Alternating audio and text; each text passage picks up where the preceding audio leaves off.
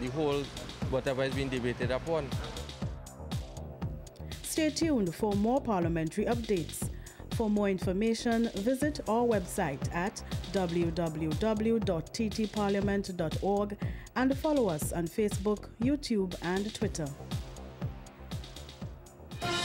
Parliamentary updates.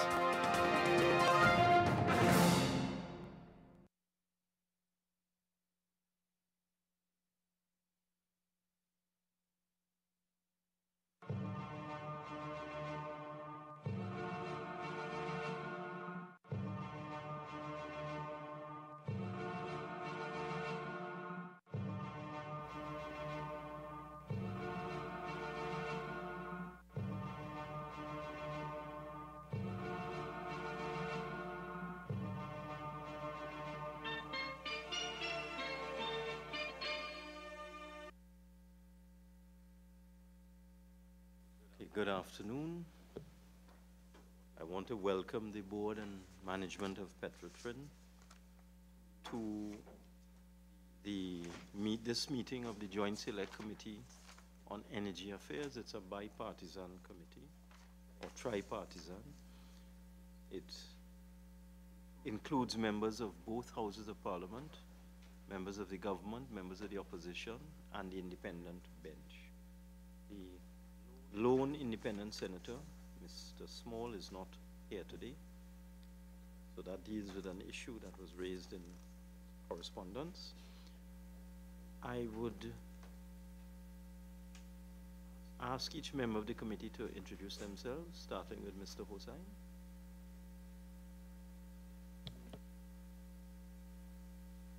David Lee, member. Gerald Ramdeen, member. Chairman. Edmund Dillon, member. Stuart Young, Deputy Chairman. And I would ask the PETROTRIN group, starting with Mr. Espinay, to introduce themselves. Wilfred Espinay, Chairman. Renolo Jodha Singh, Deputy Chairman. Linda Rajpal, Director. Neil Derrick, Vice President, Human Resource and Corporate Services. Fitzroy Haywood, President. Maurice Cummings, Corporate Secretary. Stephen Hour, Vice President, Exploration and Production. Astor Harris, Vice President, Refining and Marketing. Radhika Maraja Singh, Senior Manager, Law and Land Management. Lilavati Rambaran, Manager, Financial Accounting. Anthony Chantak, Director. Nigel Edwards, Director. Thank you very much. Now, we have had an in-camera meeting prior to this meeting to determine the matters which will be discussed, and we wish to start with matters arising from the Lashley report, I think that's what it's called, of June 2017, of a team to review the operations of PETROTRIN and make recommendations for its restructuring.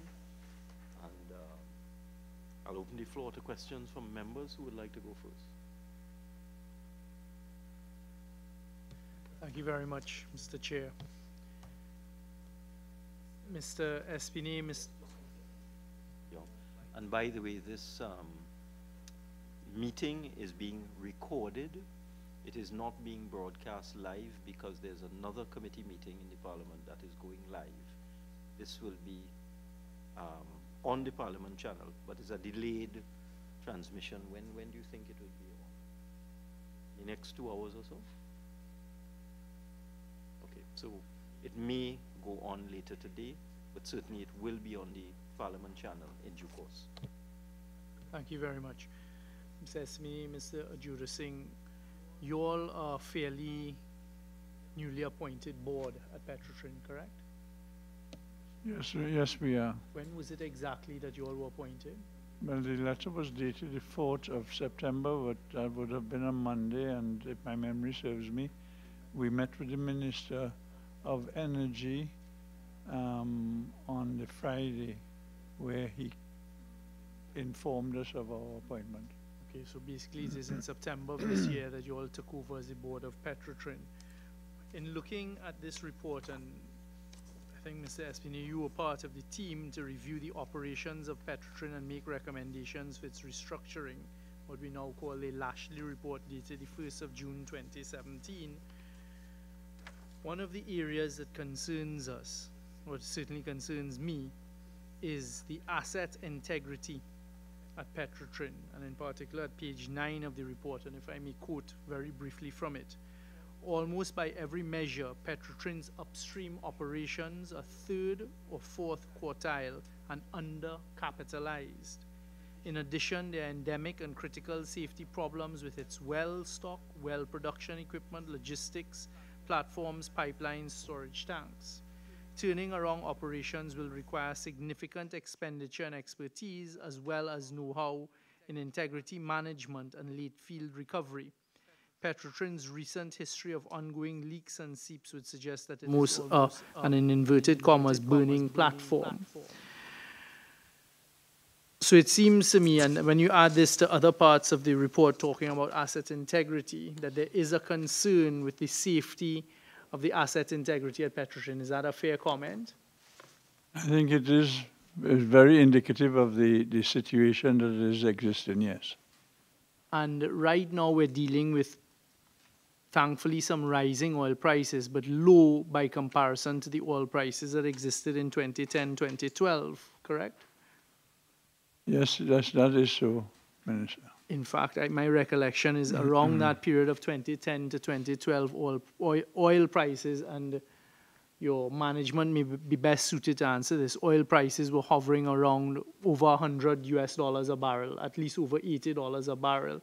At one stage, it got up to about $120 a barrel around the 2012 period, correct? Very much so.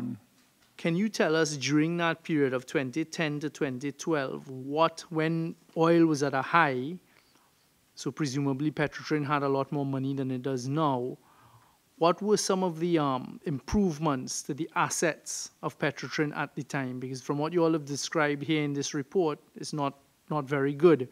But was work taking place at PETROTRIN when there were high oil prices, that 2010 to 2012 period, to improve the asset integrity? Does anyone in the management know? Well, I would like to pass that over to the management. I believe that Mr. Harewood would be better equipped to handle some of those operational questions. Thank you. All right, Mr. Chairman, good afternoon to the committee. Obviously, this would be a time when the company would have experienced high oil prices, yes? And the activities that would have been prominent during that period would have been, and you can look at it from both the upstream and the downstream side, there were basically two major projects.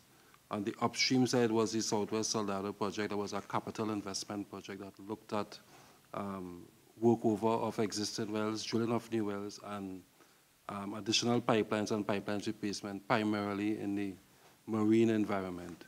When would that have commenced?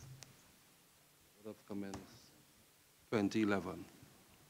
All right, so that project would have basically started around that time. It would have included drilling, infrastructure development, as well as new facilities. On the upstream side, the primary activity would have been within the refinery at Point of Pierre, and that would have been a continuation of what was then coined as the Clean Fuels Project, which would have included the gasoline optimization program, which involved the upgrade of a number of plants, the building of new plants, and there was also the building of the ULSC plant. So again, the activity would have revolved around new plants and upgrade and development of existing plants for specifically purposes of producing additional distillates and clean fuels within the refinery. That would have allowed for some asset integrity development related to those particular bits of infrastructure. But those sound like two very specific projects, whereas reading the Lashley report, it seems, or what I derive from it, is that a lot of the, shall I call it, the dated assets, which I interpreted to be, the pipelines to the refinery, etc., in and around, or to get stuff to the refinery, questionable in their integrity. Was any work done on it during that period? Well, I can't say definitively, but our grasp of what has happened over the period was that primarily the capital investment was focused around those two main projects and the infrastructure associated with those projects. And with the Soldado project, which, as you say, is an offshore marine project, how close to completion is that? The first phase of that project, which involves laying out of additional pipeline and other riser platform facilities, etc., is about 60–65% complete, and we are moving to try to get a phase 1 completion of that project. How many phases are there? We anticipate 3 phases. So 6 years into it, starting in 2011, we're at 60% of completion of phase 1. And that is the work that was done and commenced at a time when oil prices were high. And apart from those two, it doesn't appear as though there was any decision during that period in time to do any major infrastructural reconstruction or maintenance or asset integrity work then. I think that's a fair statement. What you would recall is that there were asset integrity issues that were there during that period. There were oil spills that was very significant around that time. And the repair activity associated with that would have received attention. And then there was been an effort to determine what is the scope of the asset integrity improvements that were required, and they were significant. Certainly we would have discovered letters that were written to the ministry sort of identifying that there is a certain amount of work that is required to be done and seeking to get the funding to do it. And what was the ministry's response? As far as I know, I haven't seen any response. It was more acknowledgement of the letters. They were sent on a repeated basis. So what you're telling us, Mr. Harewood, is during the period when PETROTRIN oil prices were a lot higher, so therefore logically PETROTRIN should have had more money at its disposal. You all had identified problems with your asset integrity, and part of the problems had manifested themselves in significant oil spills. PETROTRIN wrote to its line ministry. Sorry, you said the Ministry of Energy. The Ministry of Energy at that time responded acknowledging the letters, but you have found no evidence that the Ministry of Energy during that period of time did anything further than that. So they certainly didn't call you all in, ask for a plan to be produced for revampment and refurbishment of assets, etc. at the time. Well, I mean, in fairness to that management team at the time, let me be very clear. They would have been sending repeated notes to the ministry saying that this is the scope, this is what's required, and suggesting ways of funding the investment as they go forward. And received no positive response from the Ministry of Energy? Well, I can't say that definitively. I'll have to go back and check the correspondence around that. What would have happened as well is that the company would have continued through its annual budgets to continue to do its capital budget program and non-recurrent expenditure, which would be focused on things that are required for oil winning, whether it was drilling programs, etc.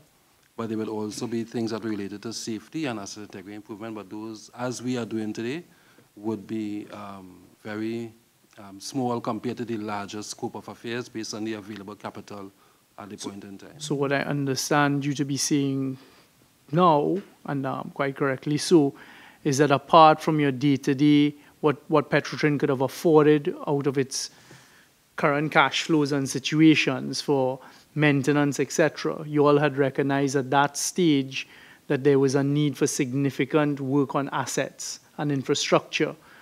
PETROTRIN responsibly and rightly wrote to the then Ministry of Energy during that period of time, suggesting this is the scope of work that needs to take place, A, and B, these are some of the options for financing, because we, PETROTRIN, can't do it out of our current cash flow, and received no response from the Ministry of Energy during that period of time, or simple acknowledgements. Well, like I say, I will have to go back and check the correspondence to determine our acknowledgement and if there were no further answers, but I'm certainly aware of the correspondence that would be initiated towards the ministry indicating this.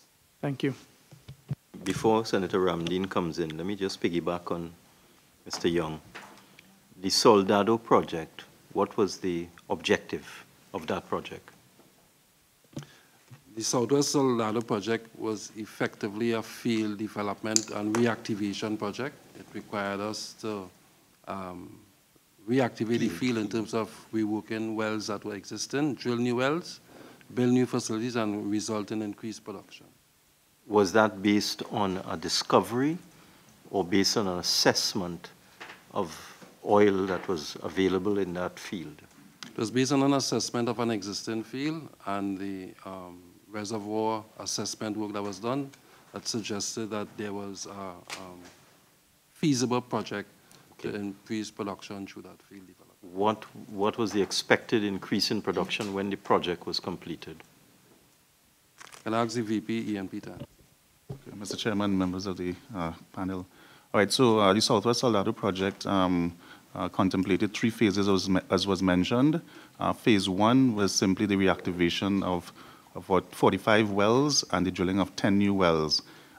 Just a quick background.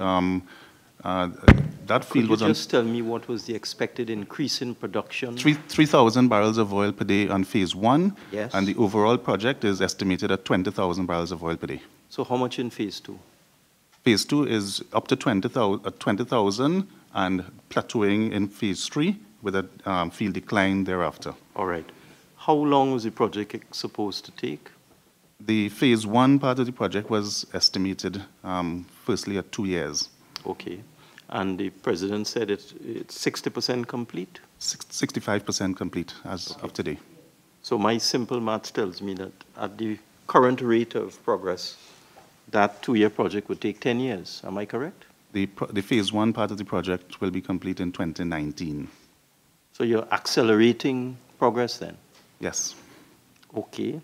Why did it take 6 years to do 60% of the project?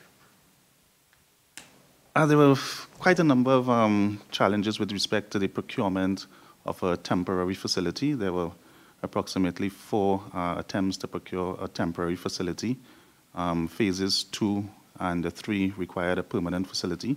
And I'm just talking about phase 1. Right, phase 1, yes. The main challenge would have been procurement of a temporary facility. What do you mean by that? We're not all experts here. Okay, so we would have gone out to tender originally. No, not the procurement. What is a temporary facility? Oh, sorry. Okay. I know what procurement is. All right, sorry. The temporary facility would have been able to handle the initial production increase in terms of liquid capacity of about 10,000 barrels of fluid per day and a gas lifting capability of 42 million standard cubic feet per day. A storage tank? It's storage and processing to be pumped into the pipeline network. And that was supposed to take 2 years? Along with the infrastructure that would have been required, yes. So the temporary facility, the storage facility, storage processing, as you say, and a pipeline was supposed to take 2 years? Not one pipeline. There was a network of pipelines. A network of pipelines and a storage facility, storage stroke processing facility, temporary. It was supposed to take 2 years, and 6 years later, we're 60% complete. And you're saying the reason is failed procurement exercises? In the temporary facility, in particular, that's a major one, because as of to date, we have not procured that facility. And I would say contract issues in terms of the pipeline lane. We had some significant challenges with the contractors. Is the network of pipelines complete? No, it is not complete as yet today. So the facility, the temporary storage stroke processing facility has not been procured, and the network of pipelines is not complete. It's not complete. And yet you still believe that you can do the remainder of the project within the next 1.5 years or so? Yes, we have changed in terms of the strategy going forward. As we speak, we have the contractors that are in service, actually laying the lines, in addition to the riser platforms. And we have a means of getting this temporary facility that we have shared with our board of directors. All right, well, I am a bit taken aback at all of this. So could PETROTRIN give us a written status report on the reasons why this project has, been delayed by so much? I don't know if any other members, I just was curious about that. I don't know if any members want to come. Good afternoon, Good afternoon to everyone. Our The chairman asked some questions pertaining to this Southwest Soldado project. Can you tell us what was the estimated cost of that project when that project started in 2011? The estimated project cost was $400 million. TT. TT, correct. 400 million. Can you help Yes, us sir. at all by telling us in 2017 how much money PETROTRIN has thus far spent on this project? The project to date we have spent $1.2 billion.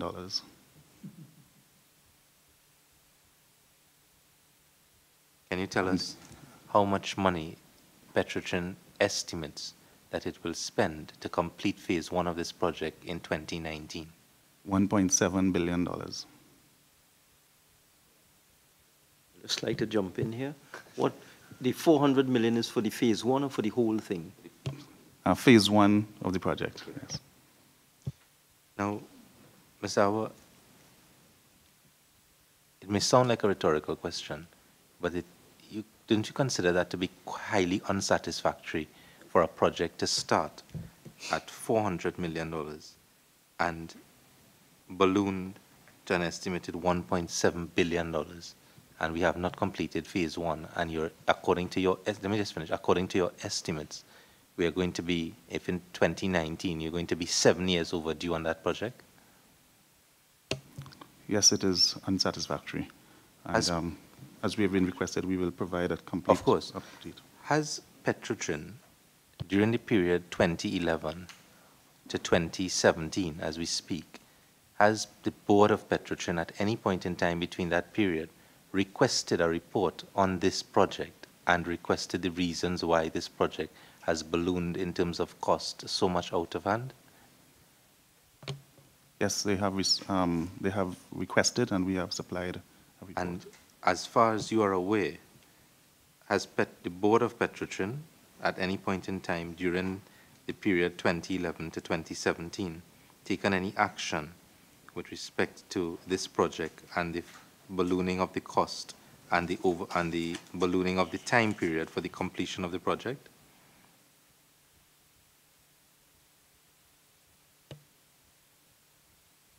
If I could just respond. Yeah. When you say any action, what do you mean? Well, we would have, let me just sort of recap. Sure. And certainly this management team would have been in place from 2015.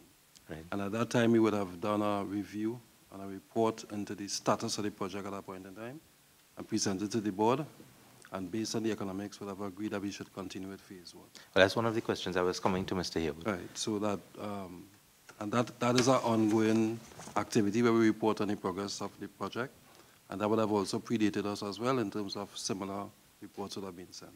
Am I correct in asking, or assuming, sorry, that before this project would have been undertaken, PETROTRIN would have done some type of feasibility with respect to expenditure of money into the project to show that this project was a viable one for the expenditure of $400 million to increase production to 3,000 barrels initially and 20,000 barrels when the project is complete? Yes.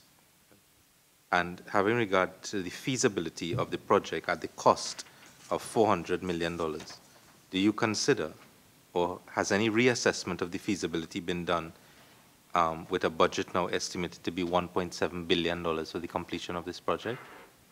Yes, so the reassessment would have taken into account that a significant amount of investment would have been made into developing the field and doing the drilling and completion work, certainly up to the phase 1 stage.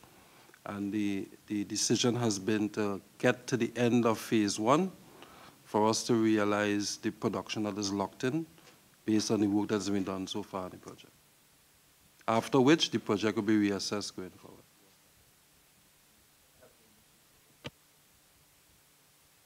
Thank you, Chair. Sorry. Maybe I address it to the committee. I just want to backtrack a bit. Mr. Awa says the project phase 1 is 65% complete. Is that correct? Yes, that's correct. In 2011, when was the original start date that phase 1 started? It was in 2011. I can't remember the exact month, but 2011, yes. And I just want to verify, to date, the expenditure to date is 1.2 billion in relationship to phase 1. That is correct. Right. Mr. Hayward, when you came in, I would assume I can't remember, help me. November 2015. November 2015. At what stage phase 1, what percentage of completion phase 1 was at? Not far removed from where we are today. Not far removed. The earned value for the activities that have been completed over the last few years has not been significant, because the real sticking point at this point in time in terms of a milestone is to establish this temporary production processing facility that will then allow the project earned value, if you will, to move beyond the 60% that it is right now. So for the last 2 years, it has basically stuck between 60 and 65%. Is that a fair statement? As we continue to work with respect to building out of pipelines and infrastructure, which is ongoing. And my final question, what is the delay in this procurement exercise for this temporary facility? The procurement attempts that were made in the past up to this point in time were fraught with issues that required us to terminate the procurement on at least 2 or 3 occasions, based on the fact that they were it was not in compliance with our procurement rules, and we had to terminate. Let me put it this way. So they weren't in compliance with your procurement rules, and I would ask. And that just for noting, that predates 2015. Yeah, because the previous occurrences when it occurred would have at least been 3 or 4 times before. And who would have been what would have been the issue for not being compliant with the PETROTRIN procurement rules, and what is the stage from 2015 to present as far as trying to find a procurement exercise or a contractor or temporary facility to move this project forward? Because we have spent 1.2 billion already. So if I were to answer, with respect to the previous procurement efforts, we can certainly document that in the report that we'll send to you and detail what has happened. When we came in 2015, there was a contract in place that was engaged, and there was, in our view and in the view of the board, a failure of the service provider, the contractor, to deliver on a contract objective, and so the contract was terminated. Once the contract was... Mr. Hayward, that's not a procurement issue. Well... That's a execution issue. Well, like I say, we use the general term procurement as I continued with the response I was given, but it was a contract issue. You shouldn't. Okay. I think what Mr. Lee is doing, asking if he will allow me, is a procurement exercise would be aborted for all sorts of reasons. One of them being that nobody tendered, you got no bids, that's one. 2, that you got no suitable bids. 3, that there's some kind of manipulation of the process or the evaluation was not done properly. I think that's what he's driving at, not so, Mr. Lee? Through you, I would just like to add, seeing that the service provider was terminated, what would have been that cost, if any, to PETROTRIN? Answer the questions in reverse order. Sorry, in the correct order. What were the specific breaches of PETROTRIN's tender rules with respect to the procurement before you got to the stage of a contract? So before 2015, we would have had procurement breaches based on the process that was used to solicit bids, and that was also not in compliance with our company's processes, and that was cancelled. In the other instance, we would have had bids that were received, and there was an attempt to award the contract, and there were concerns about the validity and the integrity of the process that allowed for that to happen. It was also terminated. And then we came to the other one, which I mentioned a while ago, where because of the failure to deliver on the contract objective, it was terminated. Subsequent to that, we would have also done a procurement activity ourselves, and we would have found that there were no bids that were suitable for consideration. Something that, and by the way, Senator Ramdeen, Ms. Gopi Schoon and Mr. Dillon had indicated they want to intervene. I know you signaled to me, right. Piggybacking on a point that Mr. Young, a question Mr. Young asked about consequences.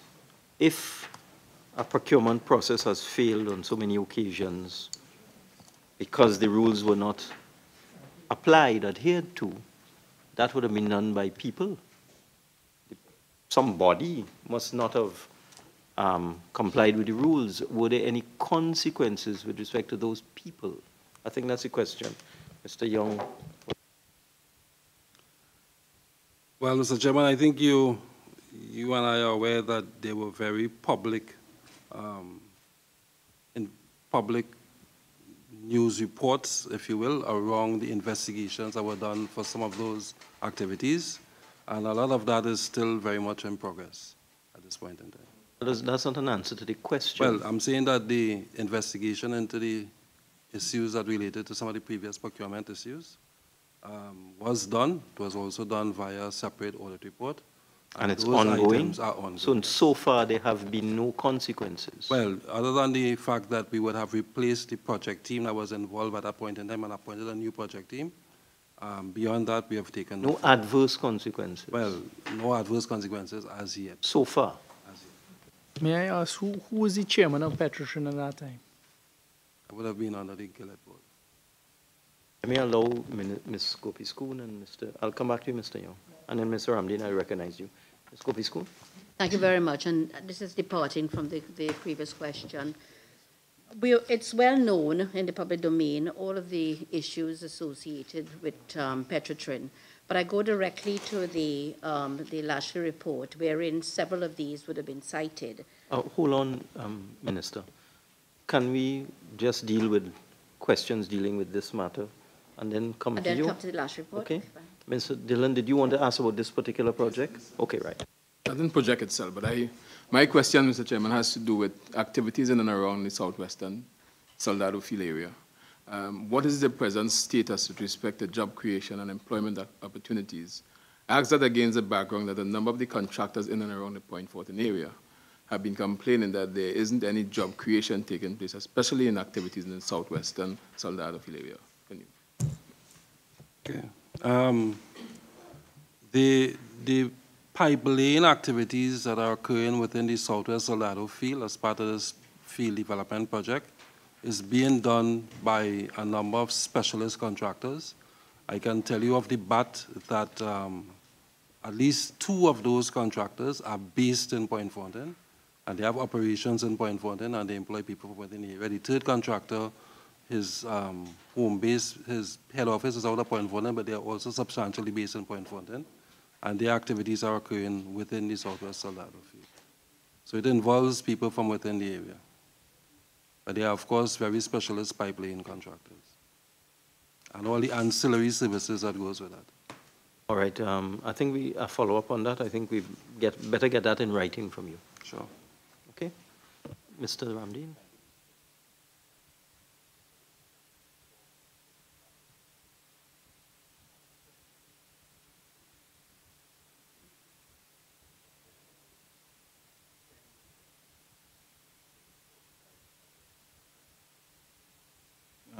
Remember, that is for the phase 1 alone. Drill 10 new wells and reactivate 45 existing wells.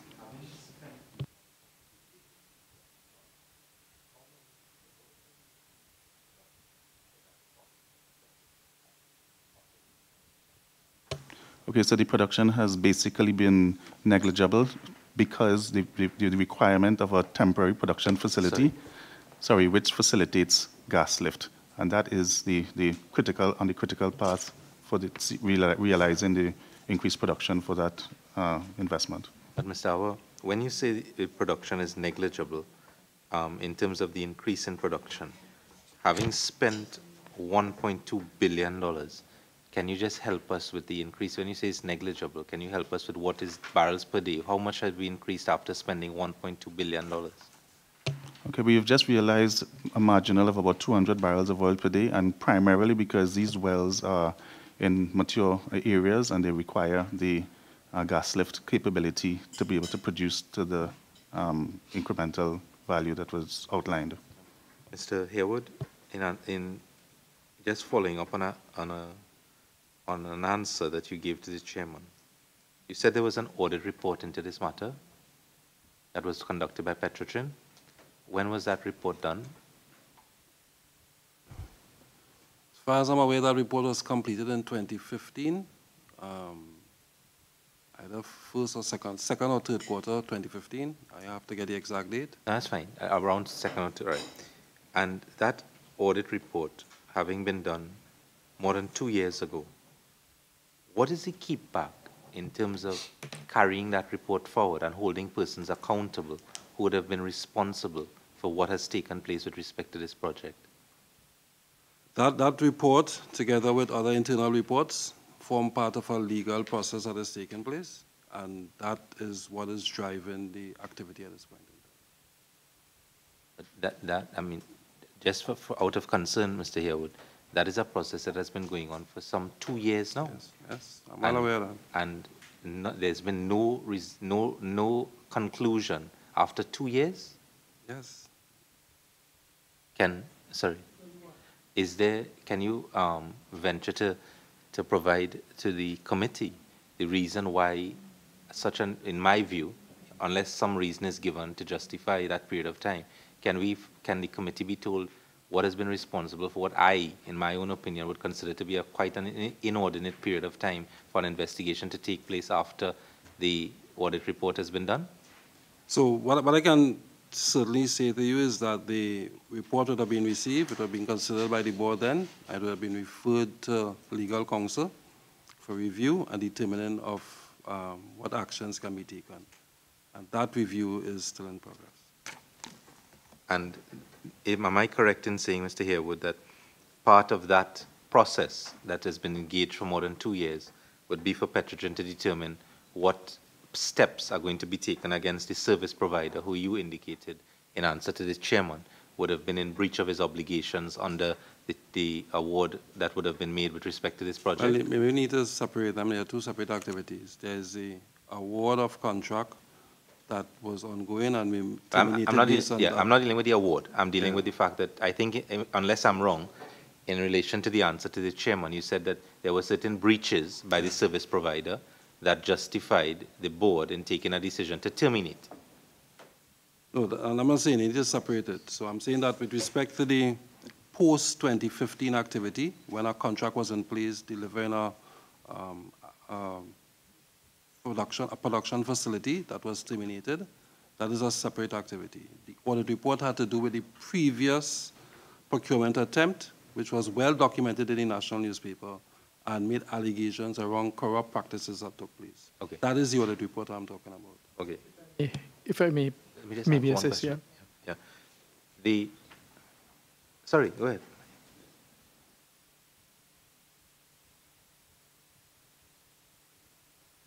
At some point in time, the service provider was terminated, correct? At some point in time, the procurement process was terminated, yes. I thought Mr. Harewood, again, we're getting into this confusion as to what is procurement. Our understanding of procurement is invitation to tender, evaluation of tenders, and award of a contract. That's it. I get the impression you all are talking about the execution of a contract after it's been awarded. So we don't consider that to be procurement. Fair enough.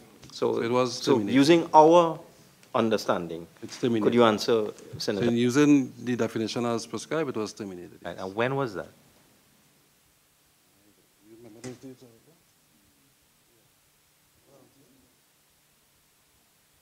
We just said the senior manager legal answer.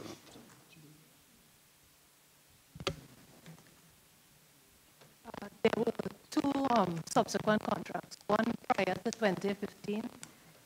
That company was Maritima de Ecologia SA. The contract was terminated for breach. They were unable to meet the timelines. Prior to termination, the bond was called. legal department took action, PETROTRIN's legal, we took action, we got a judgment against Maritima. A call was made on the bondholder did not make payment in accordance with the demand bond. That matter is presently before the court. Who's the bond issue? Bankers Insurance. And then the second matter, which is after 2015, that contract was also terminated for breach, failure to meet the deliverables. There were certain stipulated timelines. The bond was called and payment was effected. Now, just to go back to what Mr. Harewood was talking about and the audit. So you've just clarified for us termination post-2015 of 2 contractors who were providing services, right? No. Or is one, it was the same one contractor, but two separate contractors. Right, okay. The audit report to which you refer, is that a PricewaterhouseCoopers report? And now is a PricewaterhouseCoopers report dealing with initial procurement issues related to Soldado, correct? At the time that the procurement processes were taking place with Soldado, who was the chairman of PETROTRIN? Again, that would have been under the Gillette board. And if I remember correctly, and maybe you can help us here, weren't allegations made in that audit report that seemed to provide a link to someone who is associated with one of the Gillette companies or something like that? I can say, what I can tell you is that we would have, as I said earlier, passed the report on for legal counsel with respect to determination of actions based on what was alleged in the report, as well as the other internal reports. Have you all sent those reports to the police? The part of the activity would have been through the legal counsel to also deal with the fraud squad on the CC. And that has been done, yes. Okay, thank you. Mr. Lee, before you go in, I'd like to ask a question with respect to the feasibility study for this project. What was the estimated lifting cost of oil, of PETROTRIN for oil from this field in phase 1? Chair, $30 US per barrel. So you're going to, and what was your estimate of the price of oil? The economics, if I'm not mistaken, and I'd like to do that full report, it is around $45 per barrel. That was the estimate? The estimate. So you were going to achieve a surplus of $15 a barrel? That's correct, at that time. How many years would it take to repay the cost that has been sunk into this project so far using that analysis? Chair, I'll prefer to a full economic analysis to the committee, outlining in terms of the sunk costs and what the project economics look like going forward. I did my back of the envelope. I get 17 years. Could you, 17 years before you break even. So could you do your own analysis and let me know how many years before you recover the cost sunk into phase 1 and expected to be sunk into phase 1 of this project? And you'll submit it to the committee, okay? Sure, will do. All right, thank you. Mr. Lee? Thank you, Chair. To Mr. Harewood, who initiated this audit report by PricewaterhouseCoopers? And when was it initiated? All right, so this was initiated in 2015 by the then Board of Directors. And who was the chairman of that board? The Gillette board at that time. And to the, I didn't get her name, the legal counsel at the back. I'm sorry to be sort of disrespectful, I didn't get your name. The service provider that was terminated, when were they terminated? Because you didn't give a date when they were terminated. If I am not mistaken, it would have been on about 2012, prior to 2011. There were 2 service providers, correct? Yeah, one. When were they terminated? One was before 2012, prior to 2012. I do not recall the exact date, and one was after 2015. So the one in 2012, who was the chairman of the board? Mr. Harewood? That would have been the Gillette board. Thank you. Gentlemen, have we exhausted this issue, or are there more things on the Soldado project? No, I have no problem. I'm just asking. I think in answer to Minister Young, you said that there was a termination before 2015 and one after 2015, and you gave the name of the contractor for the one before 2015, and you indicated the bond was called and it was Bankers. Who was the contractor after 2015? I believe Post. Beg pardon?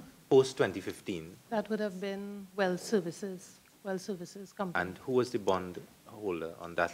Because you said the bond was called on that as well. I cannot recall the name of the bondholder. Okay. Is that matter before the courts as well? No, in the terms bond, the bond was paid. Bond was paid.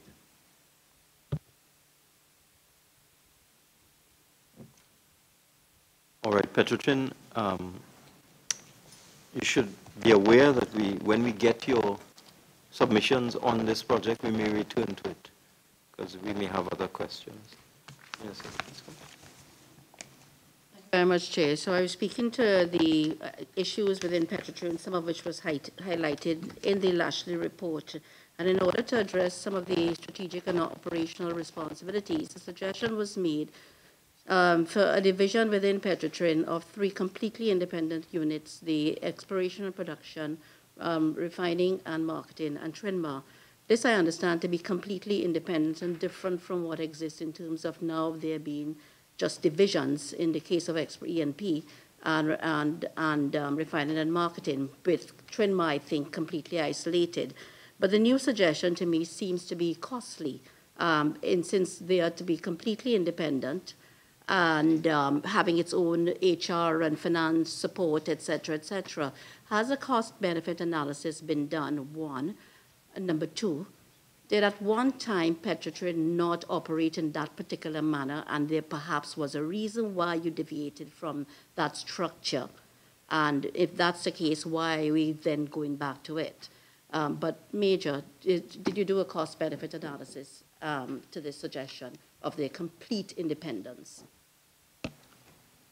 Madam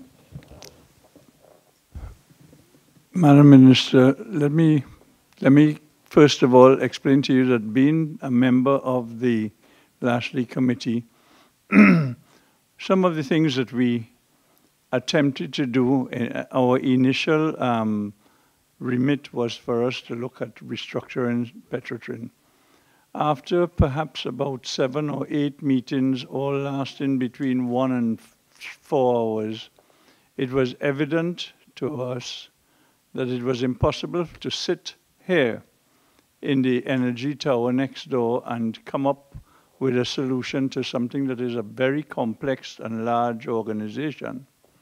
What we did identify from very early on was that there was a problem with the company that emanated from its relationship with the government and the governments of the day, and that many of these governments established a confusion in the governance of the company, which created problems for its operation. That is an overhang that is up to today still there, and some of the things that you have brought up in this discussion is evidence of some of the problems that come from that. Some of them, like accountability, like you know, what are the consequences of things there? None of these things seem to impact on people. And to us who have come in as a new board, it is amazingly different than what would be a normal operation of a company, say BHP and BP and any one of these. So the problem, and I think that Minister Dillon's earlier question is indicative of some of the things that drive the process. You know, is it that you guys are creating employment and stuff of this nature? Well, the issue that arises out of this is that confusion has created what is in PETROTRIN today an untenable situation. I have heard some discussions that surrounded, say, when oil prices were up, did you do certain things? I want you to know that PETROTRIN was losing money when oil prices were at $140 a barrel. So that there's no nexus to oil prices and making money. The thing is that you were looking at a country that was able to afford it. And so we just turned a blind eye to it. Your predicament is today you can't afford it, and you have to take a whole different perspective on how are we going to exist. And there is a disconnect between the management of the company as a whole, and they sit here with me, so I've said it to them anyway, and so it's not something that's new, and how a company that operates as a company, as a corporate entity, how it functions, and it certainly doesn't function like this. Profitability is the last thing in the minds of people, and it was amazing to us that anybody could come up and say to you that, listen, we started off with 2-year arrangements that is now at 6 years, 400 million has gone to 1.6 or 1.2 billion, and we expect it's going to be 1.7. Nobody is going to give you any assurance that it isn't going to be 2.4 by the time it gets there, and whether or not oil will at all, by the time we do it, whether or not oil will at all be something that's being used. So what is evident is that you have only spoken about one entity. We have had gas to liquids. We have had the ultra-low sulfur. All of these are fiascos that have put a huge burden on the state, a huge burden. We have over $2 billion of assets that have not yet generated 1 single cent of revenue. I'm not talking about margin, I'm talking revenue.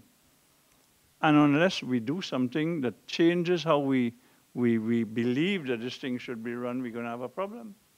We have a real problem. Yeah. But are you saying then the establishment of these operationally independent entities would help in bringing us to profitability or better governance and better operational? Well, specific to the question is the fact that what was identified was that PETROTRIN is a conglomeration of a number of things that were brought together. Many of these have different cultures. They have different operational activities that have no connection with each other. Okay? And we have created in it a situation that is complex. It is too small in terms of its size for it to be a world-class player. So it is operating down below at a really ineffective level. The question here is, will it be better for us to look at it in a different dimension? And that is what the board has concentrated over the last 3 months on, trying to wrap its mind around what is PETROTRIN, what is it going to be, what could it be, and what would we recommend that you do with it. And on board, we have a number of people on the board of directors who are very qualified people.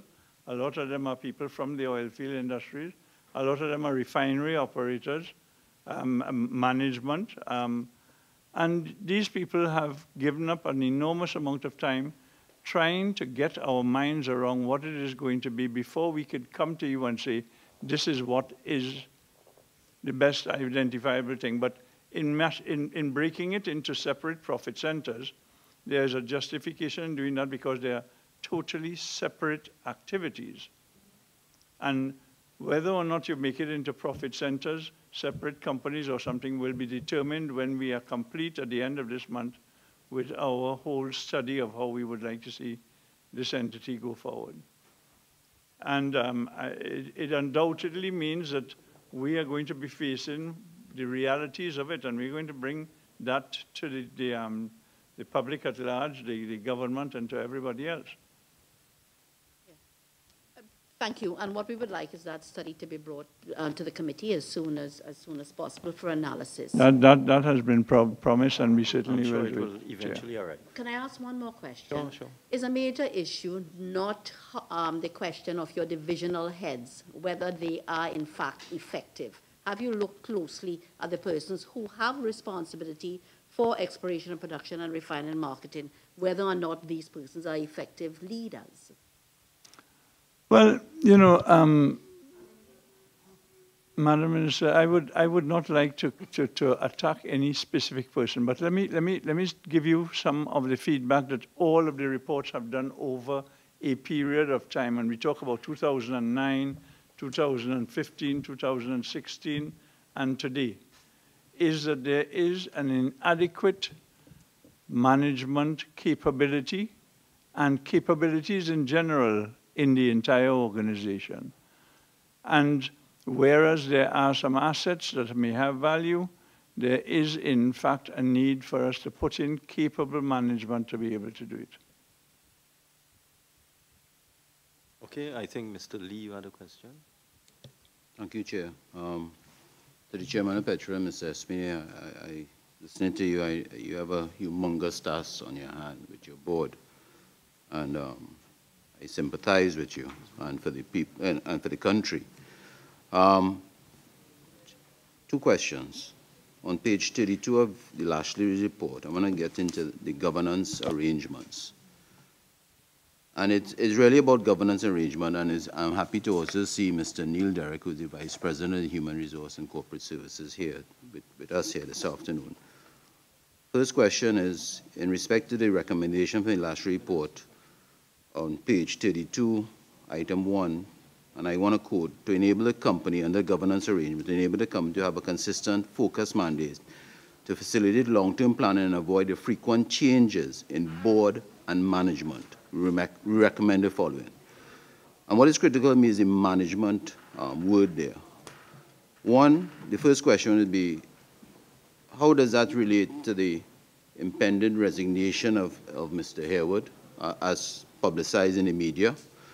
And respect to the second question, you could take it how you want to take it, in respect to the governance issue, and a direct question to the Vice President of Human Resource, also in the media, and coming out of a letter dated from Mr. Harewood, December the 8th, and I wouldn't get into the specifics. I want to ask in the public, on behalf of the public, in respect of allegations of one of the employees, Mr. Diok Singh, returning to work, why was that allowed? And maybe the chairman or the president can enlighten us. Well,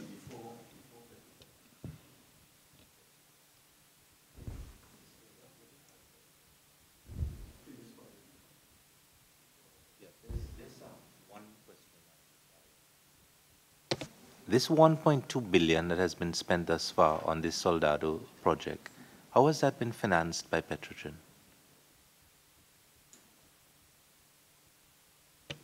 It's been financed through the internal capital program, which is normally financed from the company's cash as well as borrowings. And what percentage of that 1.2 would comprise borrowings? I can't tell you that offhand because I'm sure it's also an accumulated value. It's accumulated value. So you'll have a portion of it in each annual budget as you went forward. Mr. Ramlin, I wonder if I might cut in. As you will appreciate, money is fungible. And what happens is that the non-payment of taxes and all of these have been used as mechanisms for working capital to fund a lot of the things. So that's part, all of these have created part of the problems that you're facing. I was just concerned, Mr. Chairman, because apart from the actual capital expenditure, which you referred to as well, being 1.2 billion, then you have the cost of that expenditure that will be from borrowing, that will add to what the cost of the project is going to be, and what it would have cost the people of Trinidad and Tobago with respect to this project. So we just want to be able to, as a committee, understand what is the cost to the country for a project like this, without, when you add the capital expenditure to what it would have cost PETROTRIN in addition to its borrowings. So when the report is done, I expect that that will be part of it as well. Yes, so the report that we are getting, the status report on this project, would include information on how it is financed, how it was financed, and any financing charges and interest charges and the cost of borrowing. And just to correct you, Mr. Esmine, Mr. Ramlin is not a minister. No, I'm sorry, I didn't say, I thought I said Mr. Ramlin. You did say Minister Ramlin. No, well, that may have been. And we will make sure that it's an oversight on my part. He meant minister, not church. In response to the question that was raised earlier by Mr. Lee, is it that you had question? As you will appreciate, what was indicated in the Lashley's committee about the governance of this thing was the fact that with the change of every administration of government, we have had a change of management and a change of the board of directors, and in some instances more than once, which has created a serious problem in terms of having continuity among certain parts of it. And as you would have noticed from the discussion we had here this afternoon, when Mr. Harewood came in, he told you that he came in at a particular time, and so it is very difficult even to have what we would expect to be in an institution, some institutional memory that continues on. Everybody is usually scrambling to give you an answer on things because they picked up the baton at a very late stage of the game. So that's answering part of it. The second part was specific. Second part, well, the first part was directly asked about, you know, the resignation of Mr. Harewood. At this point in time, with underneath you, and Mr. Harewood came on in November 2015.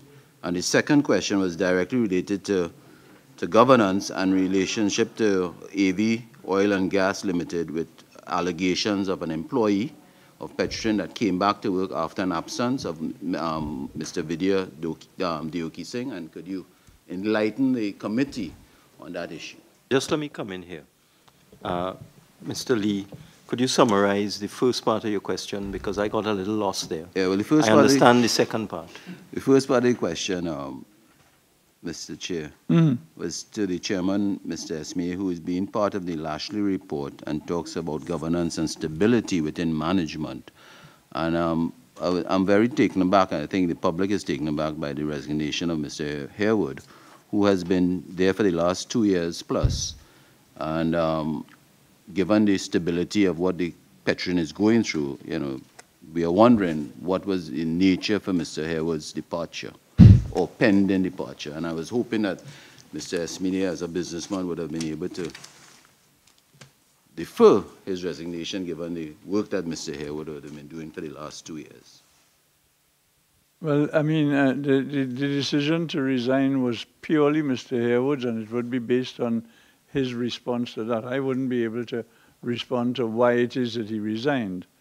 You know, when he came to me and he said he was about to resign, I took it that he is an intelligent man who would have taken all his personal circumstances into consideration and come to that decision. In terms of your question, if it is that we had given consideration as to where we go from here, certainly Mr. Harewood has given us the time that he is by contract or by his terms, the terms of employment. He would have given us the notice period that has been given for that. The board at that stage is dealing with it in the proper way. We are looking, as I said to you earlier on, we're looking at the whole structure of PETROTRIN and where does it, all of these people fit in the new structure. So I'm not... Mr. Esmini, so that was 3 months' notice then? Is that what yes, that was? So that we have up until the end of February. And that was part of the contract of employment? Yes, that's his okay, contract so that of employment. explains the February date. Okay. Okay, I mean, a lot of people have asked whether or not there is some nexus to it. We did not. If we were a board asking him to resign, I assure you it wouldn't be to stay on for 3 months. Okay, so that was his own personal decision, and I assume that he took it with due consideration to his needs. And this is my second question. And the second question of governance, well, I'm glad that you brought in the context of governance and the AV oil, because as you will appreciate, we live in a very combative environment, and it isn't lost on us that there are many people legally inclined who take all of these things into a legal arena. As you will appreciate, we have processes that we must go through as part of a governance procedure. And whether or not it is Mr. Deoki Singh or AV Oil, this has been handled by our legal counsel, who is guiding us through the process, because as a board, PETROTRIN's first and foremost is at our mind, and ensuring that PETROTRIN does not have any loss in this process. That's the critical part of the board's responsibility. Let me, can I ask you, Chairman? You ask the question a little better. No, let me I'm very confused. So let me directly ask Mr. Esme. Were you aware that Mr. Duke Singh was returning to PETROTRIN to work? Yes, of course, because we could not until we had gone through a process that was consistent with PETROTRIN rules and regulations. We could not just terminate Mr. Duke Singh because it was expedient to someone to do that. I see very often some of the gentlemen sitting in the room here holding up, standing at a different posture when they're telling you that you should not have fired this one and you should not have done that. Process has made all of us very aware of the fact that you can't do that. You have to do it properly. But what we are more interested in is ensuring that when it's done properly, and PETROTRIN does not suffer from it. Thank you for that, Mr. Espini. Mr. Duke Singh is reported in the newspaper to having been returning to PETROTRIN. Where was he returning from in terms of position? I didn't put the article out, and I would not even want to venture into that area. I don't know. I know that Mr. Duke Singh went on leave. He went on leave. Well, that's where I'm going with that. He went on leave from when? Perhaps it's not an appropriate question for you to answer, no, Mr. Chairman. I would prefer we have the Vice President. Well, remember, again, I think the Chairman went at lengths to indicate that we have received legal guidance around this. I know that that is your area, subject matter area, but we are following the guidance we've received, and we would prefer not to respond to the questions around the details of that investigation. Hold on, Mr. Hayward. I think what the member is asking is, was he sent on leave? Did he take voluntary leave to start with? I think you can answer. He took voluntary leave. Yeah. And when did he take this voluntary leave, Mr. Hayward? From when?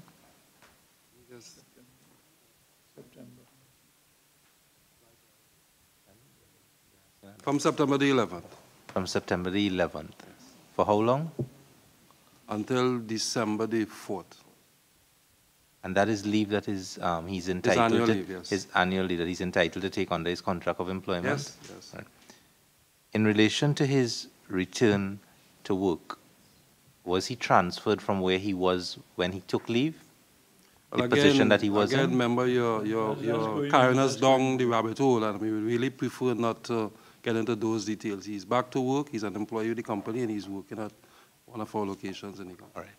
All right. I really would prefer that we do not, for the sake of PETROTRIN's position in this matter, that we do not go down the compromise. Senator Ramdin, you will appreciate that while you will have protection in this house, we suffer the problem in that we as a company don't. And we have to protect. Just let me clear that up. I mean, I will get written confirmation of this for you, but once you are before a joint select committee, you have privilege. Well, but I appreciate. I'll get the Parliament to explain what that means. No, I appreciate very much, Minister. But you know, that as long as it goes public into the public domain, then it becomes different things. I understand what you're saying. So that's the risk that we run, and this is why we are being exceptionally careful. But we assure you that this entire process is very currently being pursued with a lot of attention, and we anticipate that there should be a resolve within a very short space of time, within a matter of weeks.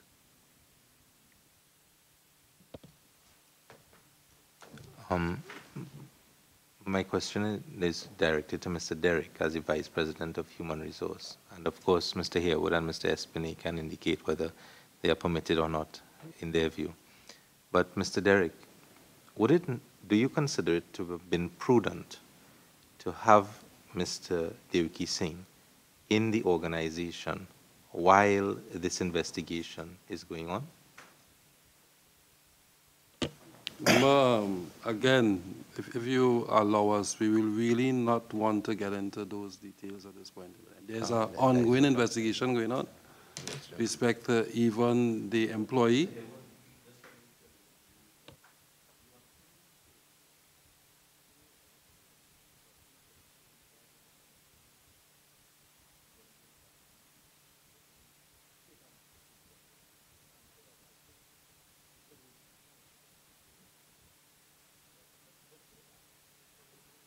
Straight out and say that. I prefer not to discuss that we do not discuss the matter. And you could also say why you have been advised by counsel. Yeah, say that too. I prefaced it by saying that that is what we've been advised by counsel. So you prefer not to speak about it. You've been advised by counsel. If I may assist here. So as we understand it, what you're telling us is there's ongoing investigation taking place, and at this stage you wouldn't want to prejudice anything and any outcome of that investigation, and you've been so advised by your legal counsel, correct? That's correct. Thank you. And you can't ask questions, you know. You're free to ask. I know. All right.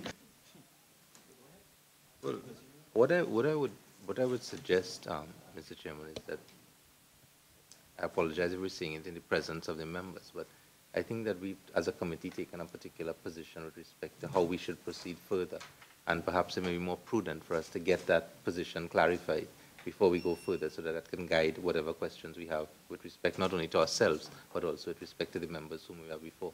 Sure. Could you just turn off your mic there? Sorry. We're getting some feedback. That is fine, because we've actually reached more or less around the time we're going to wrap up for the day. So what we're going to do, Mr. Espinay, we will seek our own legal counsel on this matter. We will seek advice from the clerk with respect to parliamentary procedure and so on, to see where this committee can go, how far it can go, what kind of questions it could ask, and also what is expected of PETROTRIN in terms of disclosure and what your response is supposed to be and that sort of thing, okay? So we could wrap it up now, and we will confer. It's okay, Mr. Lee, I'm not going to stop you from talking. Don't ever believe that I would stop you from talking. But on this particular matter, we will seek advice, both within the Parliament itself and legal advice, on how we should approach this issue, which is obviously of concern to members of this committee who want answers to certain questions. Yes, Mr. Lee. It's just a follow-up question to what the Chairman, Mr. Esme, had said, and it's a question I posed. And I posed the question if he was aware of Mr. Duke saying returning to work, and he said yes. Is that fair? And the question, sorry. And you said yes, right? Yes. And the question I would ask, why would it, if this is not contentious, why would the chairman be aware of an employee returning to work after vacation? I don't know if you should use the word contentious. I would say that it is currently a very obviously something that is taking up all the oxygen in the room. I mean, you know very well that there's a focus, and it is in the newspaper every day. There's a continuous exercise to extract information on it. It's not contentious in my mind. So, but it's certainly, as the chairman, something that is taking up so much oxygen. We, as a board, are aware of it. We have instituted certain measures by which we will contain it and ring fence it in doing a number of things. But while we are focusing on really the purpose of us being here, which is where is PETROTRIN going to go, but it has attraction to a number of people. So I would certainly want to know, like I would want to know if there is an accident in PETROTRIN or something that we should be aware of, you know, because of its impact on a public involvement. Mr. Espinay, I'd just like to tell you as well, as chairman, I will control the meeting within the bounds of decorum, courtesy, protocol, procedure, and deference to the fact that we're all equals in this room, all of us on this side of the table, we're all equals. But I would also ensure we get on with the work of the committee, which is to look at PETROTRIN and its operations and its governance structure and the way forward for PETROTRIN. I can give you that assurance. I can assure you at the next meeting, which we plan to hold in January, by the way, at a date to be announced, it will either be the 11th of January or the 18th. Give me some Wednesdays there. The 17th of January, the 10th of January or 11th? What's the Wednesday after the first one? The 3rd? Right. So it'll either be the 10th of January or the 17th of January, but we'll let you know. And I can assure you that I will do whatever I can as chairman to make sure that entire meeting on the next occasion is not about this matter. Okay? This matter may reappear. But Chairman, hopefully this whole thing would have been put to bed. It will not consume all the oxygen in the room in January. I can give you that assurance. We'll get on with other important matters. So thank you very much for coming, and we'll let you know whether it is the 10th or the 17th of January, and we're resuming our examination of issues arising from the Lashley report, and then we want to move to your submissions that you sent to us regarding a number of questions that were asked and any other matters, because there are other matters that members want to speak. Chair, I was just wondering, as a matter of housekeeping, whether the fact that the PETROTRIN has to submit the report on the Soldado, whether it wouldn't be prudent for us to fix a time for us to get that report. Yes, and I agree. We would be able to. When can we get that report, Mr. Wa? We should have that ready in, I'd say, a week's time. 1 week's time? Yes. What's the date today? So is it 13th? It's a Wednesday. Can we have it no later than the 21st of December, please? I'm giving you 8 days. 8 days? Yes, sir. 8 days, right? Yes. Okay, Mr. Ramdeen, you're good? Okay, thank you all for coming. Thank you very much.